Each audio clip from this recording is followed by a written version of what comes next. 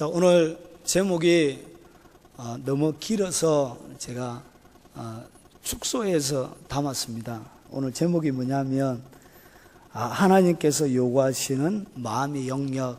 원래 원제목은 제가 이렇게 잡았습니다. 하나님은 우리의 마음이 어디까지 자라나기를 원하시는가? 이게 원제목입니다. 하나님이 우리의 마음이 어느 영역까지 자라가야 하는지, 자라나기를 원하시는지, 오늘 본문의 이야기를 가지고 여러분과 함께 하나님이 원하시는 우리의 마음의 영역을 한번 살펴보도록 하겠습니다. 자, 오늘 19장 들어가기 전에 앞에 뭐가 있냐면 압살롬이 반역을 일으켰지요. 그러고 나서 압살롬의 군대가 완전히 멸망을 당했습니다. 그러고 나서 군대가 들어오기 전에 미리 전령을 보내어서 전쟁이 어떻게 끝난지를 이렇게 소식을 먼저 알려주었습니다. 그 소식을 듣고 나서 오늘 19장이 이렇게 진행이 됩니다. 그래서 소식을 듣고 나서 왕이 어떻게 하냐? 어떤 사람이 요압에게 아뢰되 왕이 압살롬을 위하여 울며 슬퍼하시나이다. 여러분, 전쟁에서 어떻게 했지요? 전쟁에서 승리했지요.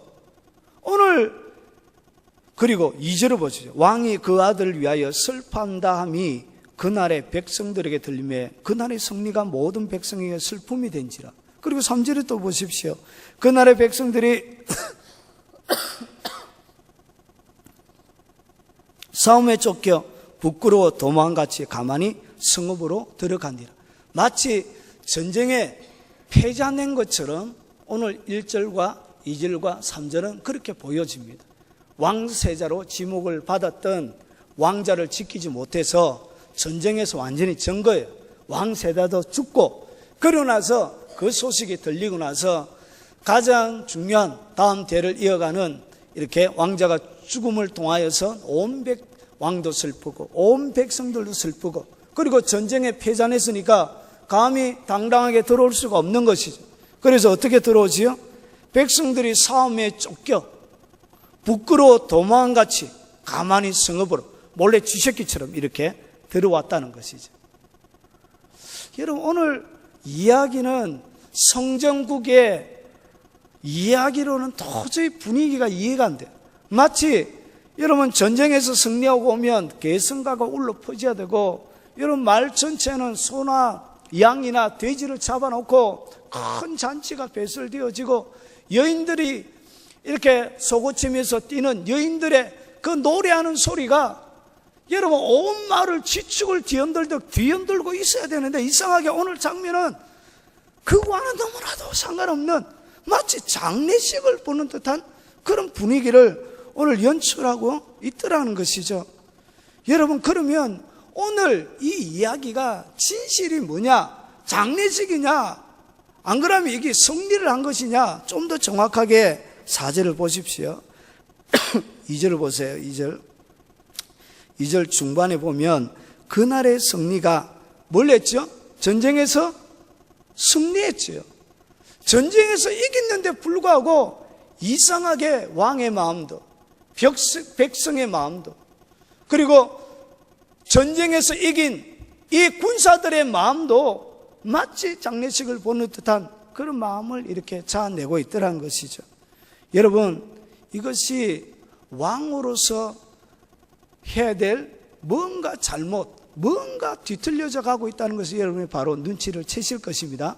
그래서 밤에 군사들이 몰래 들어오고 나서 그 군대의 대장이 누구였냐? 요압이었습니다. 그래서 요압이 왕에게 들어갔습니다. 그러면서 오늘 왕이 잘못한 것을 뭐하고 있느냐? 충고를 하고 있습니다. 그래서 오늘 이야기는 마치 왕이 리더십을 상실하고 군대의 사기를 복도다 주지 못하고 한 아버지로서의 감정만 완전히 심취해져서 왕으로서 해야 될 그 일들을 상실하고 하지 않는 것처럼 마치 보여요. 그런데 그것만이 진실은 아니다라는 것이죠. 자, 그러면 오늘 요압이 지적하는 것이 타당한지, 합당한 이유가 있는지를 한번 보겠습니다. 자, 요압이 왕이 슬퍼하고 있다는 소식을 백성들이 들어온 거예요. 군대가 정예 부대가 들어온 거예요. 4절에 보세요. 왕이 그의 얼굴을 가리고 큰 소리로 부르되 내 아들 압살롬아 압살롬아 내 아들아 내 아들아 하니, 그러니까 그 소식을 듣고 나서 백성이 모든 전쟁을 끝내고 여러분 온몸에 피가 튀어져서 온몸에 갑옷에 피가 난자하게 있고 오늘하고 온몸이 땀에 젖어 있고 여러분 칼 끝에는 채 마르지도 않은 피가 뚝뚝 떨어지고 이런 온몸에 피로 얼룩져있는 그 군사들이 들어왔는데 그 군사들의 여러분 장엄한 그 모습 가운데 격려하고 칭찬하기보다 뭐하고 있었죠? 왕이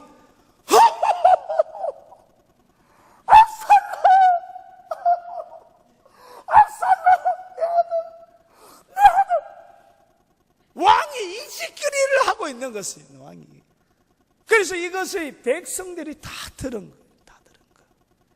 이야, 이거는 진짜 누가 생각해도 이 뭔가 이렇게 잘못되어져 가고 있죠.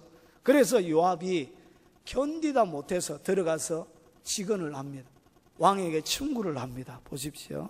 자, 뭐라고 충고하냐? 3가지로 충고합니다.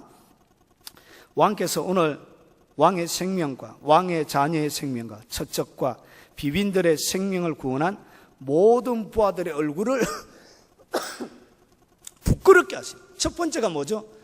목숨을 걸고 왕과 왕의 아들과 처적과 비빈들의 생명을 구원한 그 용사들의 불붙는 충정, 열정, 그런 것도 생각하지 않고 오히려 뭐하고 있죠? 온 하나님의 용사들을 부끄럽게 만들고 있다. 이것이 요압이 내거는 첫 번째였습니다. 사실은 부끄럽게 하고 있는 것이죠. 두 번째, 6절에 보십시오. 이는 왕께서 미워하시는 자는 사랑하시며 사랑하시는 자는 미워하시고. 여러분, 이스라엘 백성들이 왕을 사랑했습니다. 왕을 사랑하여 자기의 생명을 아끼지 않고 그 좋은 곳에서 왕을 떠나서 같이 도피 생활을 했습니다.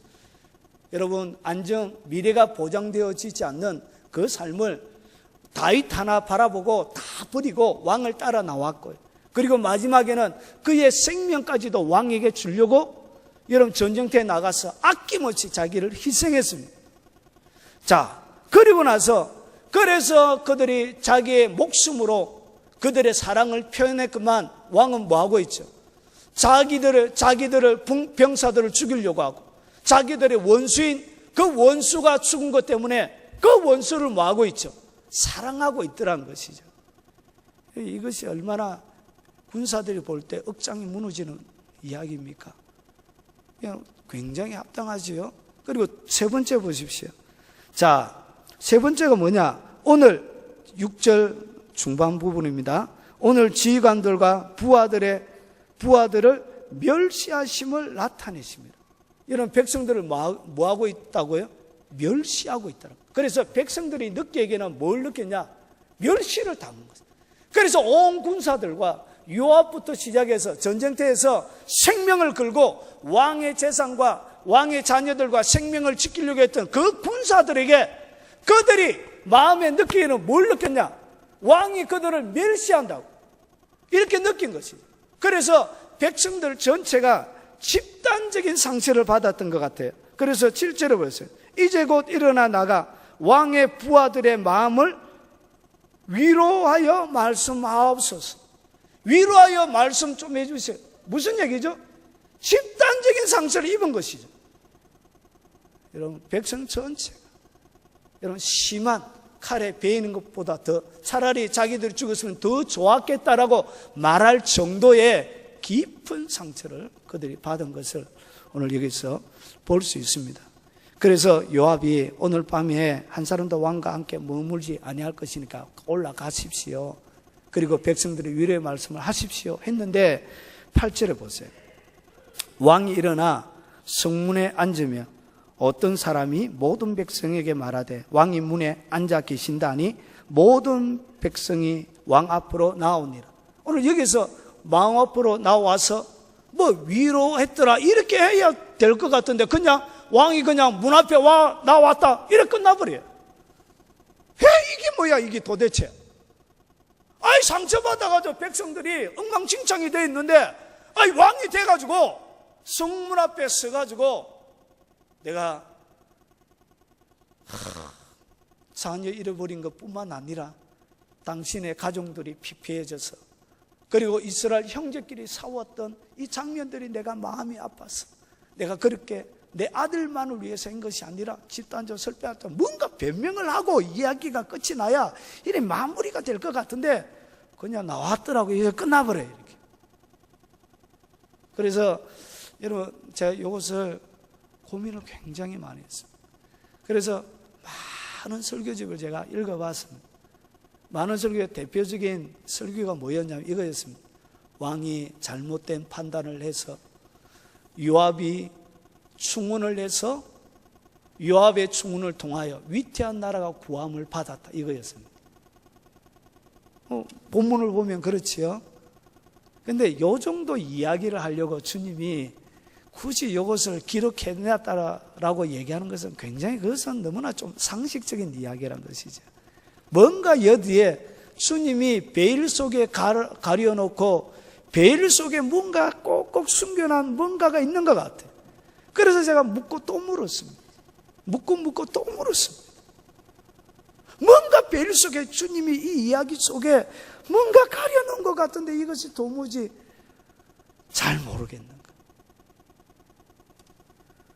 자, 제가 찾은 것은 수많은 하나님의 이야기들 가운데 한 토막만 제가 찾았습니다. 한 토막입니다. 이게 전부는 아닙니다. 알았죠? 그래서 제가 찾은 한 토막의 이야기를 이제 본격적으로 한번 해볼 테니까 야, 벌써 이렇게 이게 서른이었나 이렇게 생각이 드시는 분들이 계실 텐데 제가 시간 땅 때면 바로 마치는 거 아시죠? 예, 긴장하지 마시고 이렇게 하나님의 말씀을 한번 보시기 바랍니다. 여러분, 다윗이 이때는 신앙이 거의 완숙에 가까운 단계로 나아가고 있었습니다. 다윗이 도망다니던 그런 정도의 신앙의 단계가 아니었습니다. 이 다윗의 시편을 가만히 보면 이 시편, 다윗이 이때는 굉장한 깊은 영역 속에 다윗이 들어가 있습니다. 그러면 다윗이 단순하게 자기 아들이 죽은 그것 때문에 오늘 표면적으로는 이렇게 슬퍼하고 있습니다. 내 아들 압살롬, 내 아들아, 내 아들 하면서 이렇게 슬퍼하고 있지만 하나님은 이 다윗의 슬픔을 통하여 뭔가 우리에게 중요한 하나를 보여주려고 그림으로 이렇게 한 것입니다. 그래서 구약은 여러분 히브리서 8장이나 10장에 보면 구약은 모형입니다. 모형. 그리고 구약은 그림자입니다. 그림자. 그래서 골로새서 2장에도 봐도 여러분 구약 절기나 월삭이나 안식일이나 기타 구약에 있는 모든 것은 다 그림자고 몸은 결국은 몸이 있어야 뭐가 있죠? 그림자가 있죠. 그래서 몸은 그리스도의 것이니라. 그래서 그림자 이것은 결국은 예수님의 뭔가를 설명해 주려고 오늘 우리 가운데 오늘 완벽한 마무리가 아니고 어중중한 마무리로 오늘 그냥 완전하게 해놓지 않고 이야기를 이렇게 토막 이렇게 뭐 위로 말도 없고 그냥 이렇게 끝나버려요. 그리고 나서 완전히 다른 이야기가 진행이 되어집니다. 그러면 오늘 이 이야기 속에 여러분 다윗이 백성들이 전쟁터에 돌아오면 다윗이 백성을 얼마나 사랑했는지 몰라요. 여러분 시편을 가만히 보세요. 백성을 얼마나 사랑했는지 몰라요. 하나님만 사랑한 것이 아니에요. 백성을 향한 그의 마음이 여러분 굉장히 진하게 나옵니다. 그렇게 백성을 사랑했던 이 다윗 이 왕이 무엇을 해야 되는지 누구보다 잘 알았던 다윗이 오늘 이런 행동을 하면서 여러분 백성들의 얼굴을 부끄럽게 하려고 이거 자신이 울고 있는 것이 아니란 것이죠. 여러분 백성에게 여러분 사랑하는 자를 미워하고 미워하는 자를 사랑한다는 것을 증명해 보이려고 그렇게 자기가 울고 있는 것이 아니란 것이죠. 백성들을 멸시하기 위해서 이렇게 울고 있는 것도 아니란 것이죠. 여러분 오늘 다윗이 백성들이 부끄러운 얼굴 외에 영광의 얼굴을 그에게 필요하다는 것을 다윗이 잘 알고 있었습니다. 여러분 이렇게 수고하고 애썼던 목숨을 걸고 자기에게 사랑을 고백했던 이 사람들에게 똑같이 사랑과 위로로 그들을 위로해 주어야 될 것을 다윗이 너무나 잘 알고 있었습니다. 여러분 멸시 대신에 영광과 존귀로 그들에게 갚아줘야 하는 것을 다윗이 너무나 잘 알고 있었습니다. 그럼에도 불구하고 하나님은 이 다윗의 이런 모습을 부끄러운 모습인데 이것을 이렇게 기록하고 있는 이유가 뭐냐? 여러분, 이것은 신약의 그림 하나와 똑같이 매치가 되고 있습니다. 자, 제가 찾은 것입니다. 자, 어디를 보시냐? 누가복음 15장을 보세요. 누가복음 15장. 성경을 많이 읽으신 분들은 15장 딱 하면 나오시죠. 무슨 내용이다. 자, 누가복음 15장을 보면 오늘 15장의 그림과 오늘 이야기가 똑같습니다. 제가 한번 설명해 볼 때 한번 보십시오. 자, 예수님이 사역을 하는 공생의 기간이었습니다. 공생의 기간 때 예수님 앞으로 온 수많은 사람들이 있었어요. 그 수많은 사람들 중에 어떤 부류의 사람도 있었냐면 15장 1절에 모든 세리, 여러분 세리는 우리나라의 친일파와 같은 매국노입니다. 매국노. 그래서 이것은 이런 간음죄보다 살인죄보다 더 무서운 죄를 짓고 있는 죄악의 최고봉, 이 사람이 누구라고요? 이 사람이 세리입니다. 세리. 그래서 죄악의 뭐라고요? 최고봉에 있는 사람입니다. 그런데 모든 세리와 죄인들이, 이 모든 세리와 죄인들이 말씀을 들으러 가까이 오니, 모든 세리와 죄인들이 말씀을 들으러 가까이 왔다는 것은 세리와 죄인들은 뭐 하는 사람이냐? 오늘 압살롬의 군대처럼 하나님의 말씀을 철저하게 어기고 아버지를 여러분 대항해서 왕위를 창탈하고 여러분 악한 사단들의 기름 부음을 받아서 하나님이 정하신 왕위 계승의 기본적인 원칙을 무시하고 자기의 왕국, 자기 스스로의 자기 이름을 내기 위한 자기의 왕국, 사단의 왕국을 세우려고 했던 그 압살롬의 군대와 똑같은 그런 부류란 것입니다. 그래서 이 모든 세리와 죄인들, 그런데 그 옆에 누가 있었냐? 보십시오. 바리새인과 서기관들이 수군거려. 여러분, 세리와 이 죄인들은 가까이 나올 수 없는 사람, 용서할 수 없는 사람. 그래서 압살롬의 군대처럼 엉징해야 되고, 여러분 상수리 나무에 압살롬이 달려서 죽었던 것처럼 다 상수리 나무에 걸어가지고 다 이렇게 쳐 죽여야 되는 그런 마땅한 사람들. 근데 그 사람들이 누구 앞에 왔다고? 예수님 앞에 온 거예요. 그런데 그 예수님 옆에 바리새인과 사두개인들은 하나님의 율법을 막고 여러분 11조를 하고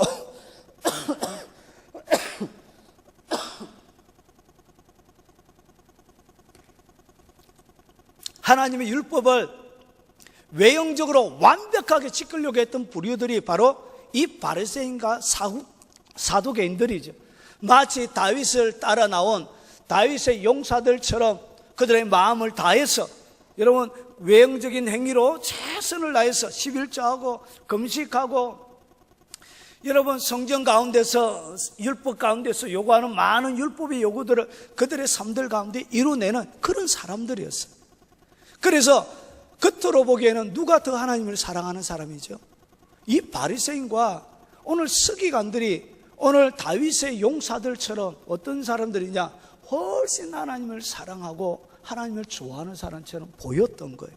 그런데 예수님께서 그런데 그들이 수군거려 이르되 이 사람이 죄인을 영접하고 음식을 같이 먹는다 하는데, 여러분 죄인을 영접하고 음식을 같이 먹는다, 여러분 이 시대의 음식의 문화를 잘 아셔야 돼요. 여러분 음식은 단순한 게 아니에요. 여러분 신약의 세계라는 책이 있습니다. 그 책에 보면 음식에 대한 규례가 한 챕터로 나와요. 그 챕터에 보면 뭐라고 되어 있냐? 음식에 대한 규례가 굉장히 많은데 사마리아인을 자기 집에 딱 불러들이잖아요. 불러들이면 자녀들이 잡혀가요. 자녀들이 잡혀가요. 이렇게. 여러분 이방인들과 식사하는 것을 어떻게 엮겠냐면, 이방인들과 식사하느냐 그렇지 않으면 순교를 당하겠느냐 하면 바리새인과 서기관들은 뭘 선택한다고요? 순교를 선택합니다. 이방인하고 밥 한 끼 먹는 게 그게 뭐라고? 그런데 여러분 유대인들은 그 시대의 전통적인 그 관습 자체가 내가 순교했으면 순교했지 이방인하고 밥 먹을 수 없다, 이런 문화예요. 그런데 예수님이 죄인들과 밥을 같이 먹었다, 이것이 뭐라고요? 예수님에게는 예수님을 통하여 이 백성들이 엄청난 충격을 받습니다. 모든 백성들이 예수님이, 자기들이 볼 때도 예수님이 하나님의 아들처럼, 하나님 보낸 선지자처럼 보이는 거예요. 그런데 예수님과 자기들이 같은 편인 줄 알았는데, 같이 사랑하는 사람인 줄 알았는데, 보니까 예수님 누구하고 좋아요? 오늘 범죄에서 죽었던 자기를 사랑하는 사람은 미워하는 것 같이 그렇게 보였던 것이죠. 그래서 어떻게 했냐? 그래서 이 사람들이 결국은 예수님을 죽이는 것이죠. 그러면서 예수님이 비유 하나를 드십니다. 비유 하나를 드시면서 뭐라 하느냐 보세요. 3절에 예수께서 그들에게 이 비유로 이르시되, 그래서 음식을 같이 먹는다는 얘기가 그와 같은 친구, 동료가 되었다는 얘기입니다. 하나가 되었다는 그런 의미를 담고 있습니다. 자, 그래서 비유를 들어서 주님이 설명해 주는 것이 뭐냐? 4절에 보세요. 너희 중에 어떤 사람이 양 100마리가 있는데 그 중에 하나를 잃으면 99마리를 들에 두고 이런 것을 찾아내기까지 찾아다니지 않겠느냐? 여러분, 이것은 인간적인 상식의 이야기가 아니에요. 그냥 하나는 그냥 잃어버리고 말아야 되지, 99마리라도 뭐 해야 되죠? 그걸 잘 지키는 것이 이게 지혜로운 사람이지, 한 마리 말 안 듣는 거 그거 아이 꽃이다 그래가지고 한번 당해봐라 이렇게 해줄 수도 있는데, 우리는 보통 상식선에서 이렇게 우리가 반응을 보이죠. 그런데 오늘 예수님이 뭐라고 하느냐? 하나님의 나라는 뭔가 좀 다른 것. 99마리를 들판에 두고 가서 찾아내기까지 뭐 한다요? 찾아다닌다. 잃어버린 한 마리의 양을 그렇게 찾아낼 때까지 막 찾으러 다닌다, 이렇게. 이것이 예수님, 하나님 아버지의 마음입니다. 그래서 이는 찾아낸 적 즐거워 어깨에 메고 찾은 거예요. 산 넘고 물 건너, 여러분 험한 산을 건너서 드디어 찾아냈는데 6절에 집에 와서 그 벗과 이웃을 불러 모으고 나와 함께 즐기자, 나의 잃은 양을 찾았노라 하리라. 그러니까 여러분, 벗과 이웃을 초청해서 잔치를 벌리면 양 한 마리보다 돈이 더 많이 들어가요. 결국은 다른 양 한 마리를 뭐 해야 되겠죠? 잡아야 되겠죠. 그런데도 오늘 뭐 하고 있다고요? 그렇게 잔치를 벌린다는 것이. 그러면서 오늘 굉장히 상처되는 얘기를 하나 해요. 7절에 보세요. 내가 너희에게 이르노니 이와 같이 죄인 한 사람이 회개하며 하늘에서는 회개할 것이 없는 의인 99으로 말미암아 기뻐하는 것보다 더하리라. 여러분, 천국에 의인 99 사람이 이 이야기 들었으면 그래 마음이 좋겠다 그래. 아이, 의인 99 사람이 그래 이 이야기 들으면 마음이 좋겠다. 마음의 상처가 팍 나겠죠. 그래, 죄인 하나가 의인 99보다 더 낫다고? 하나님의 말씀을 지키려고 목숨을 걸고 순교당하고 핍박당하고 있는 거 없는 거 다 갖다 바치고 마지막 남은 몸뚱아리 아래까지 하나님 앞에 다 바쳐드렸는데 말씀 지키려고 이렇게 정성과 최선을 다해서 했는데 천국에 딱 가있더만 주님께서 하는 얘기가 너가 나보다 땅에 있는 죄인 하나 용서하는 게 회개하고 돌아온 게 더 기쁘다 이러면 이 사람들이 상처 있겠습니까? 안 있겠습니까? 입장 바꾸는 생각해 보세요. 이게 여러분, 이것이 똑같은 그림이라는 것이죠. 여러분, 의인 99보다 더 기뻐하는 것은 의인 99은 이미 주님의 마음과 똑같은 마음을 가진 사람들입니다. 그래서 주님이 기뻐하면 자기들도 기쁜 것이죠. 그래서 이것을 통하여 의인 99에게 상처를 입히려고 그린 게 아니에요. 주님이 우리에게 중요한 것 하나 가르쳐 주려고 그런 거예요. 하나님이 가장 기뻐하고 평생을 의인 99이 하나님의 말씀을 다 지켜서 살아가는 그것도 가치가 있지만 진짜 하나님의 가슴을 뛰게 만들고 하나님을 감동시키고 하나님으로 하여금 잠잠할 수 없게 만드는 것 하나가 뭐냐? 그것이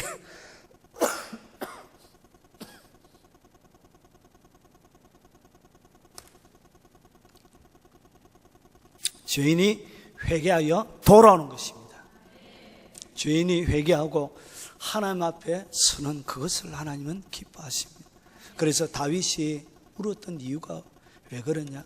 하나님이 한 영혼이 잃어버리면 하나님의 마음이 얼마나 슬픈지, 주위에 수많은 의인 아홉과 같은 사람들의 상처 입을 걸 하나님이 다 알고 있어요. 그렇게 비교해 가면서 그들에게 충격 요법을 줄 것을 하나님이 다 알고 있습니다. 그럼에도 불구하고 그것을 초월하여 그렇게 할지라도 결국은 다윗이 어떻게 해주죠? 그들을 위로해 줬겠죠. 여러분, 그들의 얼굴을 빛나게 해줬을 거예요. 멸시 대신에 여러분 존귀와 사랑으로 그들의 부끄러웠던 얼굴을 기쁨으로 바꿔주었을 것입니다. 그건 해주면 되는 것입니다. 그러나 이 회개하지 않고 죽은 이 영혼에게는 뭐가 없냐? 기회가 없는 거예요. 기회가. 아무런 기회를 상실하고 죽어버린 이 영혼을 향하여 하나님이 얼마나 애타는지, 얼마나 가슴 아파하는지, 게시온 장군이 피 터지고 온몸에 난자한 피범벅이 되어지고 땀으로 얼룩지고 온몸에 칼자국이 난 그들이 채 마르지 않은 칼자루를 들고 입성할 때 환호성을 치면서 그들에게 기쁨과 즐거움을 주야지만 그런 것 같이 잠재우면서도 하나님이 우리에게 하나 가르쳐주고 싶은 것이 뭐냐? 그것이 바로 죄인 하나가 돌아오는 것, 거기에 대하여 회개하지 못하고 죽은 영혼에 대한 하나님의 아픔이 얼마나 큰 것인지를 하나님 우리에게 보여주고 싶어 하는 것이란 것이죠. 사랑하는 여러분, 주님은 이런 분입니다. 하나님의 사랑은 끝이 없습니다. 하나님의 사랑은 끝이 없어요. 여러분, 이것이 뭐냐? 하나님의 사랑에 인간의 사랑과 독특한 차이점이에요. 자, 하나님의 사랑은 어떤 사람이냐? 변하지 않습니다. 하나님이 한 번 사랑한 것은 절대로 변하지 않습니다. 하나님이 뭐 하신다고? 변하지 않습니다. 여러분, 압살롬이 아버지의 명령을 얼마나 많이 어겼는지 몰라요. 자기 큰아들을 죽임으로 얼마나 아버지의 가슴을 아프게 했는지 몰라요. 여러분, 3년 넘게 외국에 도망가 있으면서 얼마나 아버지의 그리움을 내태웠는지 몰라요. 그것뿐만 아니라 온 사람들의 마음을 도둑질하여 왕의 자리를 빼앗아낼 때, 그리고 결국은 전쟁을 일으켜서 자기의 생명까지 노린다 할지라도 아버지의 그 마음은 여전히 압살롬을 향하여 있더란 것이죠.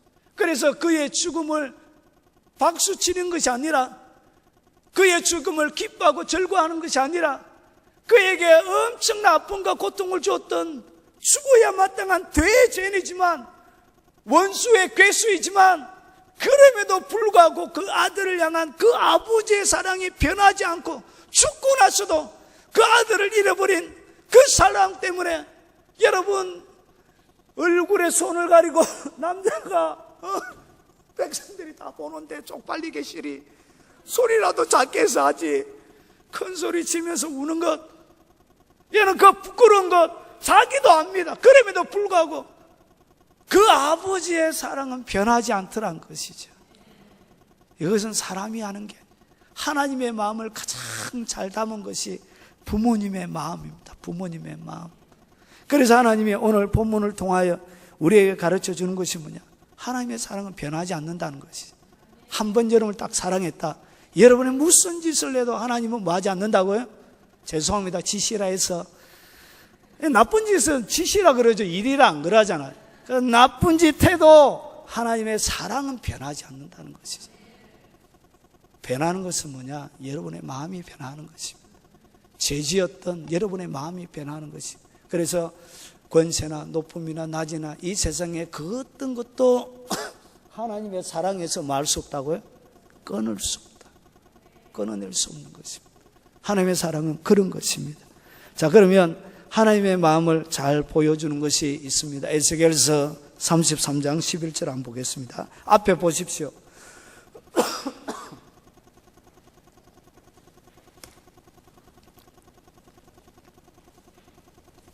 자, 에스겔서 31장 11절. 자, 같이 한번 읽어보겠습니다. 자, 여러분이 잘 한번 보십시오. 자, 전체 읽고 또 설명하면 시간이 가기 때문에 제가 읽으면서 설명을 드리겠습니다. 33장 11절. 너는 그들에게 말하라. 주 여호와의 말씀이니라. 나의 삶을 두고 맹세하노니 나는 악인이 죽는 것을 기뻐하지 아니하고. 하나님은 뭐 하신다고요? 악인이 죽는 것이 하나님에게 기쁨이 안 돼요.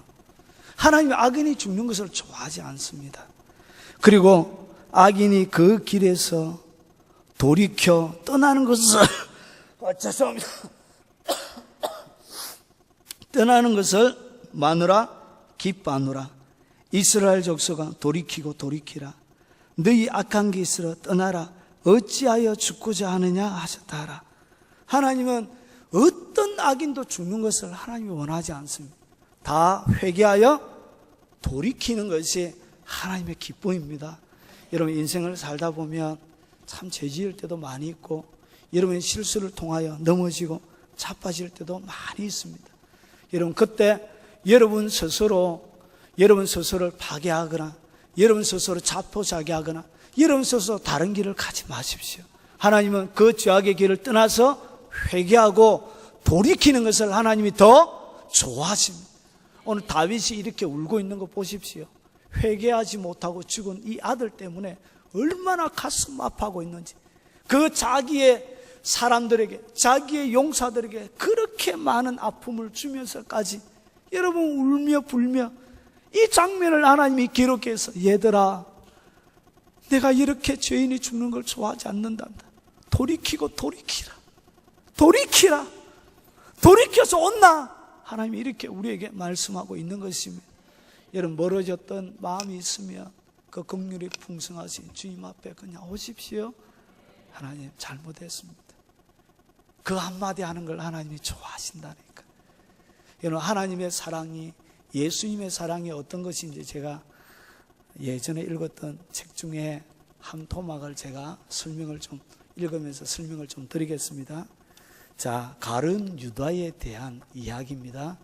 요거는 데이비드 E. 테일러라는 목사님이 예수님의 얼굴이라는 책에서 240페이지에서 247페이지까지 나오는 내용을 제가 요약 발췌했습니다.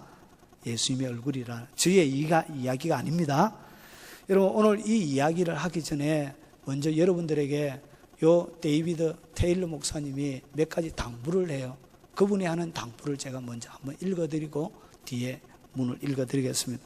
하나님과 아무리 많은 경험과 초자연적인 만남을 가졌다라고 우리는 가졌다 할지라도 우리는 여전히 인간이며 여전히 온전히 구속받지 못한 육체 안에 거하고 있음을 반드시 알아야 한다. 누군가에게 주님이 나타나셨다고 해서 그것이 곧 그의 삶의 성품이 완전해졌거나 혹은 어느 경지에 이르렀다는 것을 뜻하지 않는다.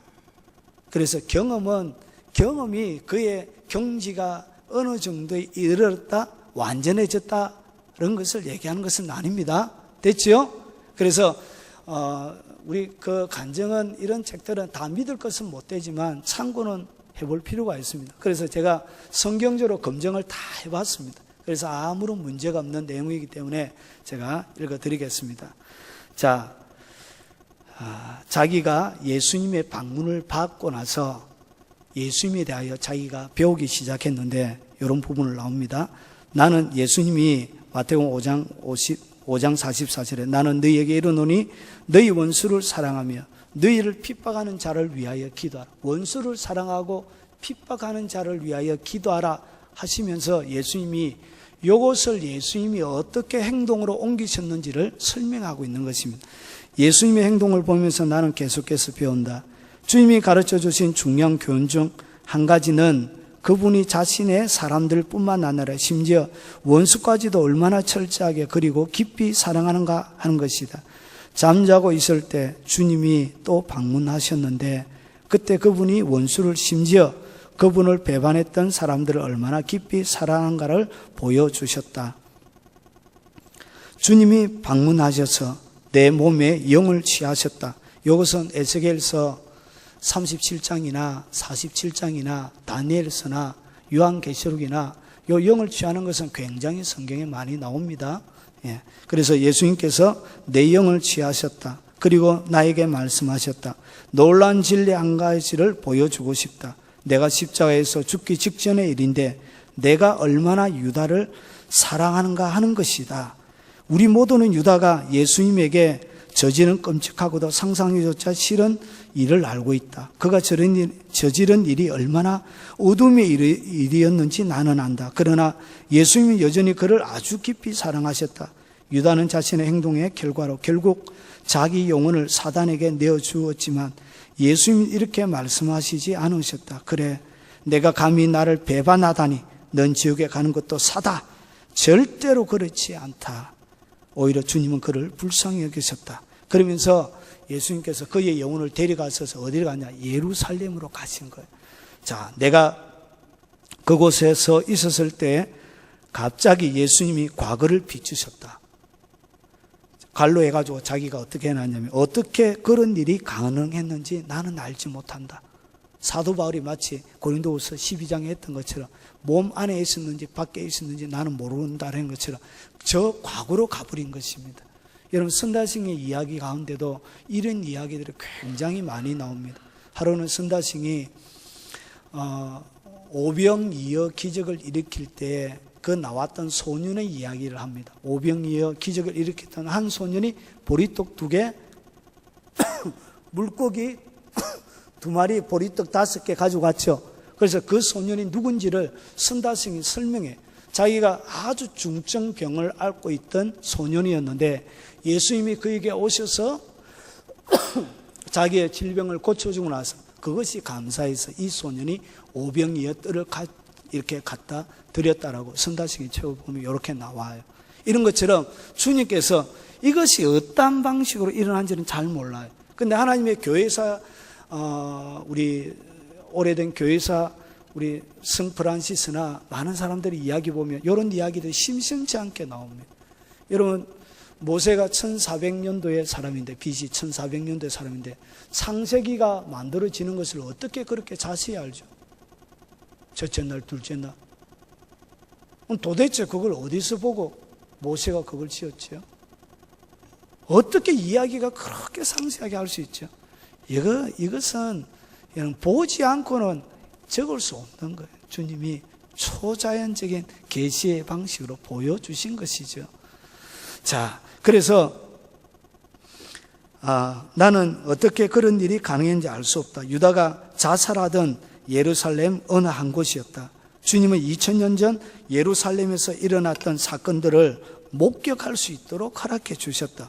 어떻게? 계속 얘기해요. 자기가 어떻게 이것이 가능했는지 모르지만 분명한 사실은 내가 예수님의 십자가 죽음 이후에 사건들을 보며 서 있었다는 것이다. 나는 공중에 서서 오래되어 보이는 나무가 바위 절벽 끝에 자라고 있는 모습을 내려다보고 있었다. 중동 지역에서는 바위를 뚫고 자라는 나무처럼 보였는데 가지들이 절벽에 늘어뜨려져 있었다. 그 절벽 바닥은 아주 깊으면서도 무척 길었고 모두 돌무더기로 되어져 있었다. 내가 그 장면들을 보고 있는 중에 유다가 가룟 유다를 얘기합니다. 예수님을 팔았던 유다가 이 나무로 올라갔다. 자살하기 위함이었다. 그는 몇 시간 전에 예수님을 배반했다. 그는 절벽 아래로 늘어뜨려진 가지 하나를 골랐다. 그리고 무릎을 굽히려고 줄을 가지 끝에 매달고는 절벽 아래로 몸을 떨었더라. 나는 그가 줄을 자신의 목에 감아 매는 것을 똑똑히 보았다. 절벽으로 자신의 몸을 내던져진 유다는 그렇게 나무에 매달려 죽고 말았다. 유다의 축 처진 몸 뒤로 깊은 절벽에 엄산하게 비춰졌다. 그때 예수님께서 나에게 놀라운 진리를 보여주셨다. 십자가에서 숨을 거두시기 직전 주님은 자신의 영혼을 아버지 손에 부탁했다. 예수께서 큰 소리로 불러 이르시되 아버지여 내 영혼을 아버지 손에 부탁하나이다 하고 이 말씀을 하신 후에 숨진니라. 나는 하나님 아버지께서 십자가에서 예수님의 영혼을 그 몸과 분리시키는 장면을 직접 목격했다. 예수님께서 그 모든 것을 볼 수 있도록 허락하셨기에 예수님이 그 다음에 무슨 일을 하시기를 아버지가 원하셨는지 알 수 있었다. 그는 지옥에 가서 잃어버린 영혼들에게 복음을 전하는 일이었다. 여러분, 우리 사도신경을 보면 번역이 아주 고약하게 되어져 있어요. 예수님께서 원래 원문에 보면 He descended into hell 해서 그가 내려가셨다. 어디에? 지옥에 내려갔었다는 것이 그 영어 원문에는 나와 있습니다. 그런데 이것을 한국 이렇게 번역하는 사람들이 He descended into hell을 갖다가 빼버렸어요. 예수님이 지옥에 내려갔다는 것을 빼버렸어요. 그런데 성경에도 보면 정확하게 이 기록이 나옵니다. 자, 어디를 보냐? 베드로전서 3장 18절과 19절 한번 보여주십시오. 베드로전서 3장 18절과 19절. 자, 같이 한번 읽어보겠습니다. 그리스도께서 단번에 죄를 위하여 죽으사 의인으로서 불의한 자를 대신하셨으니 이는 우리를 하나님 앞으로 인도하려 하심이라. 육체로는 죽임을 당하시고 영으로는 살리심을 받았으니, 그러니까 육체와 영이 분리가 되어진 것이죠. 육체는 십자가에 매달려 있고 영은 하나님이 살리신 거예요. 그리고 나서 보세요. 19절에 그가 또한 영으로 가서 옥에 있는 영들에게 선포하시니라. 요 옥이라는 요 단어가 우리 어디에 나오는 단어와 똑같은 단어냐면 천사들이 1000년 동안 무저경에 1000년 동안 옥에 갇혀 있더라. 똑같은 단어예요. 그래서 이것이 의미하는 것이 뭐냐? 지옥을 의미합니다. 지옥에 뭐 하셨다고요? 전파로 가셨다는 거예요. 그러면 지옥에 가서 뭘 전파하셨냐? 그것이 베드로전서 4장 6절에 나옵니다. 자, 4장 6절 큰 소리로 한번 읽어보겠습니다.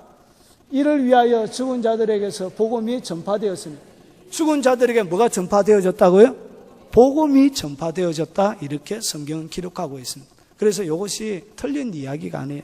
한국교회 목사님들이 이런 이야기하면 시끄러워요. 그래서 얘기를 안 해요. 얘기를 그냥 조용히 가려고 진리 하나를 감춰놓은 것이죠.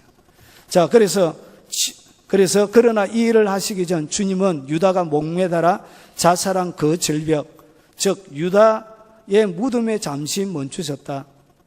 마태복음 27장 1절부터 7절에 의하면 유다는 아침에 예수님을 배반했고 나가서 목을 맸다. 그렇지만 예수님은 그날 저녁까지도 그 영혼을 포기하지 않으셨다. 성경에 의하면 유다는 이미 시간상 죽은 존재였다. 나는 이 체험에 깨어난 후 여기에 대한 상세한 이야기를 조사했다. 그러면서 예수님이 유다가 목을 매달았던 그 나무에 갔을 때 나는 주님이 아버지로부터 지옥으로 가서 음부와 사망의 열쇠를 취하여 그곳에 영혼들을 끌어올리라는 사명을 받으신 것을 알고 있었다. 그 사명을 이행하기 전 주님은 아버지로부터 허락을 받아 잠시 유다의 무덤에 와서 그를 보셨다. 예수님은 그분의 영적인 몸 위에 흰 세마포 옷을 입고 계셨다. 이 시점에 예수님의 영의 형태셨다. 그분의 몸은 십자가에서 죽임을 당했다. 예수님은 또 십자가에서 죽은 직후 영의 세계에서 무슨 일이 일어났는지를 나에게 보여주셨다. 주님은 유다의 무덤에서 오래 지체하지 않으셨다. 그러나 그분의 긍휼하심 때문에 그렇게 하셨다. 예수님은 이미 죽은 채로 나무에 달린 유다를 바라보시며 굉장히 슬프고도 애처롭게 사랑과 긍휼이 가득한 음성으로 오 유다야, 오 유다야 라고 부르셨다. 유다를 바라보시는 예수님의 그 표정이 나에게는 놀라움으로 다가왔다. 여러분, 오늘 저녁에 밤잠을 못 잘 것 같아서 여러분 두 구절을 제가 설명을 좀 드리겠습니다. 마태복음 27장 5절을 한번 보여주십시오. 마태복음 27장 5절. 유다가 자살했다는 내용이 성경에는 두 군데가 나옵니다. 이 두 군데를 제가 설명을 드려야 여러분이 밤에 잠을 주무실 것 같아요. 자, 한번 읽어보겠습니다. 유다가 스스로 맹매어 죽은지라. 그래서 여러분 오늘 제사장에게 가서 30을 받고 팔았어요. 그리고 나서 다시 30을 제사장에 던지고 가서 어디에 목 메어서 죽었지요. 목을 메어서 죽었대요. 마태복음은. 그러면 사도행전 1장 18절을 보십시오. 목 메어서 죽었는데 어떻게 죽었는지를 더 설명하고 있습니다. 이것은 관로로 해놨습니다. 성경에 보면 사도행전 1장 18절. 자, 사도행전 1장 18절. 자, 같이 한번 읽어보겠습니다. 이 사람이 불의의 사고로 밭을 사고 후에 몸이 곤두박질하여 배가 터져 창자가 더 흘러나온지라. 여러분, 목매에 달아서 이렇게 죽으면 보통 우리나라 개념으로 생각하면 안 돼요. 이는 보통 목매에 달아서 죽으면 이는 곤두박질 친다는 것이 뭐죠? 머리가 아래로 이렇게 떨어지는 것을 곤두박질이라고 그러잖아요. 그래서 아래가 떨어지고 이런 배가 터져서 창자가 흘러나온다. 목 매달으면 배가 터져서 창자가 흘러나와요, 안 나와요? 안 나오죠. 그러면 죽은 장소가 뭐란 얘기죠? 오늘 로버트 E. 텔리어가 본 장소가 뭐라고요? 오늘 두 가지 설명을 다 해주고 있는 거예요. 그래서 목매라 죽었는데 여러분 그 위에 절벽에다가 가룟 유다가 목을 이렇게 매달았습니다. 그래서 여기서 보면 요 분이 뒤에 가서 또 좀 더 설명을 하는데 이렇게 되어져 있습니다. 자, 우리는 흔히 목매어 자살하는 것을 상상할 때 대개 평평한 바닥 위에 목을 매는 모습을 떠올린다. 유다의 경우처럼 그 밑이 절벽 낭떠러진 것을 좀처럼 상상하지 않는다.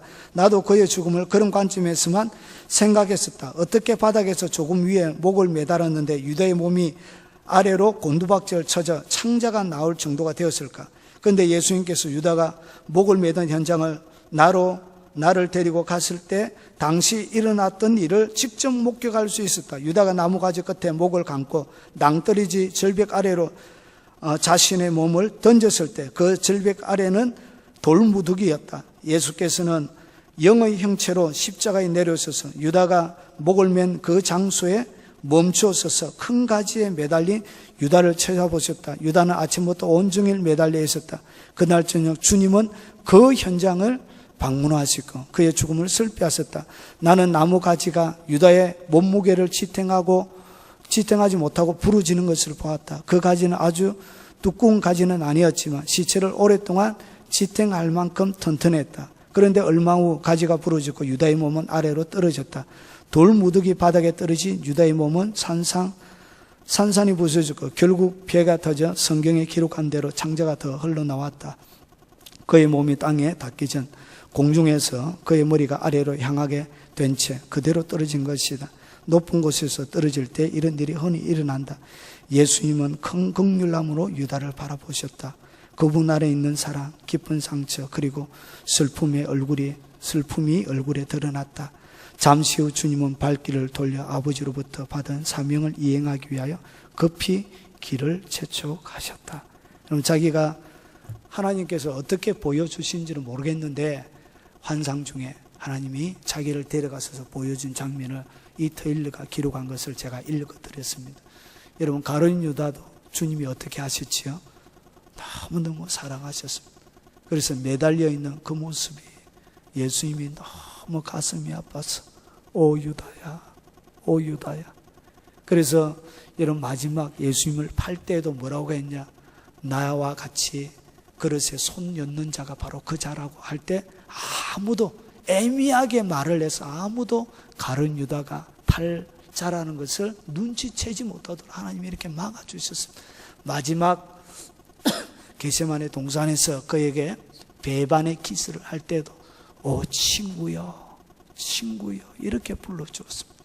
여러분 이것이 죄인을 향한 하나님이 한번 사랑한 사람들을 어떻게 사랑하는지에 대한 예수님의 모습입니다.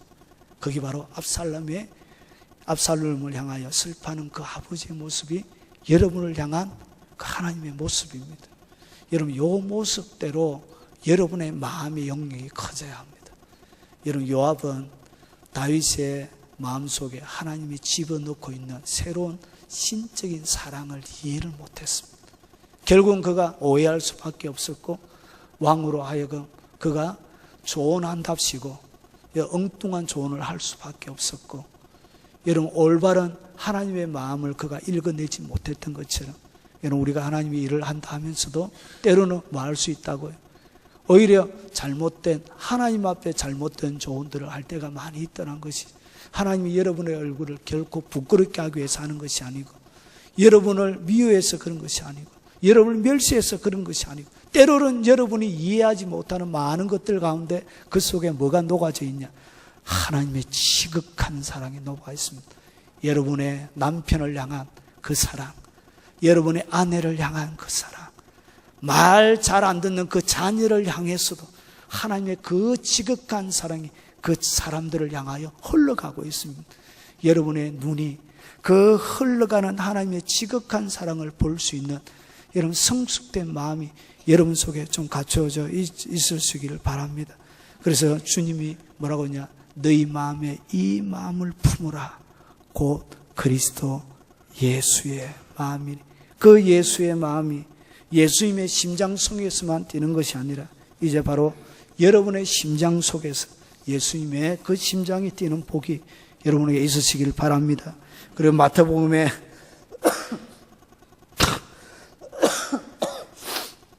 예수님이 하셨던 것처럼 나는 너희에게 이르노니 너희 원수를 사랑하며, 그 하나님의 사랑을 이해할 때 뭐 할 수 있죠? 원수를 비로소 사랑할 수 있습니다. 여러분의 마음의 영역이 원수를 사랑할 수 있는 마음의 영역까지 자라가야 합니다. 여러분에게 잘해주는 사람만 사랑하는 거 말고요, 여러분을 칭찬하는 거, 격려해주는 만 사랑하는 거 말고요, 여러분을 외면하고, 주님이 우리에게 요구하는 마음의 영역이 뭐냐? 원수, 너희 원수를 사랑하며 너희를 박해하는 자를 위하여 기도하라. 이 영역까지 여러분이 자라셔야 된다는 것입니다. 예수님이 그렇게 사셨습니다. 그래서 테일러 목사님의 마음을 열어서 이렇게 보여주신 것입니다. 그래서 그 책이 이렇게 나오게 되어진 것이고요. 그리고 베드로전서 4장 8절에 무엇보다도 뜨겁게 서로 사랑할지니 사랑은 허다한 죄를 덮느니라. 여러분, 진정한 사랑은 덮어주는 것입니다. 정죄하고 판단하고 바리새인과 오늘 여기서 사두개인들처럼 어찌하여 예수님이 죄인들과 함께 식사하고 얘기하십니까? 그때 주님이 여러분들 향하여 잃어버린 한 마리 양을 낳으시면서 의인 아홉보다 죄인 하나가 돌아서서 회개하는 것을 더 기뻐한다라고 오늘 주님이 여러분에게 말씀하실 것입니다. 여러분, 주님의 마음을 좀 알아주는 의인 아홉이 되시기 바랍니다. 주님의 사역에 부담이 되는 것이 아니고 주님의 마음이 여러분 만나면 좀 쉴 수 있는, 여러분 성도들 이렇게 만나면, 어떤 성도들을 만나면 사역자의 마음이 쉴 수 있게 돼요. 편안해요. 사역을 해야 되는데 이상하게 그분을 만나면 위로가 되고 편안한 사역에 하는 것이 아니고 오히려 위로가 되는, 마음이 놓여지는 사람이 있고요. 여러분 가면 끊임없이 사역만 해야 되는 사람이 있습니다. 험한 얘기 다 해야 되고, 이것은 서로가 피곤하게 되는 것입니다. 그래서 여러분, 주님의 마음이 여러분 마음 딱 만나면 좀 쉴 수 있는, 좀 쉬게 되어지는 그런 넉넉한 마음을 가진 사람, 그래서 너는 내 친구다 이렇게 얘기할 수 있는 그런 넉넉한 가슴을 가지고 있는, 덮어줄 수 있는 너그러운 가슴을 가진 여러분의 하나님의 사람들이 다 되시길 주의 이름으로 축원합니다. 제가 베드로전서 4장 8절 한 번 더 읽겠습니다. 무엇보다도 뜨겁게 서로 사랑할지니 사랑은 허다한 죄를 덮느니라. 그 하나님의 영역 속으로 다윗이 압살롬을 통하여 울었던 그 울음이 여러분의 입술에 이제 나오는 복이 있으시길 주의 이름으로 축원합니다. 우리 여름 행사를 위해서 한번 기도하겠습니다. 우리 청년부 18일부터 20일까지 있고요. 그리고 24일부터 27일까지 중고등부 교회에서 있고요. 25일부터 27일까지 유초등부, 27일부터 28일까지 우리 유치부 있고요. 그리고 정교인 수련회가 14, 15, 8월 10일 날 있습니다. 여러분 매 은혜가 넘치는 그런 집회가 되어줄 수 있도록 기도하고요. 그리고 하나님 만나는 기쁨과 감격이 우리 심령 가운데 충만해 줄 수 있도록 기도하고, 앞에서 이끌어 가시는 담임 목사님과 1,000번째 우리 기도 제목 2차 3차 기도 제목 놓고